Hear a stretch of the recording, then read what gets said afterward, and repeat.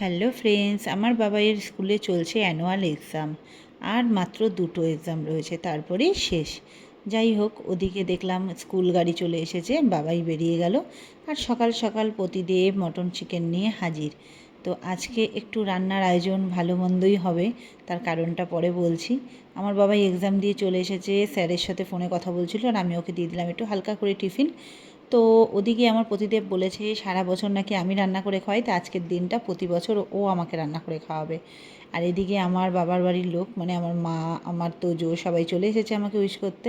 Actually আমাকে না, আমাকে আর আমার হাজব্যান্ডকে দুজনকে উইশ করছে, কারণ আজকে আমাদের অ্যানিভার্সারি।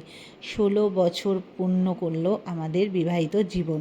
সত্যি বলতে আমি কিন্তু আজকে রান্নাঘরে পাই দিইনি, তবু আমার প্রতিদেব একার হাতে সব সামলেছে। তো এদিকে মিষ্টি আনা হয়েছিল, আর ওদিকে স্যালাড কেটে রাখা হয়েছিল, আর আমার প্রতিদেবের হাতের কষা কষা মটন কষা, আর করা হয়েছিল চিকেন বিরিয়ানি।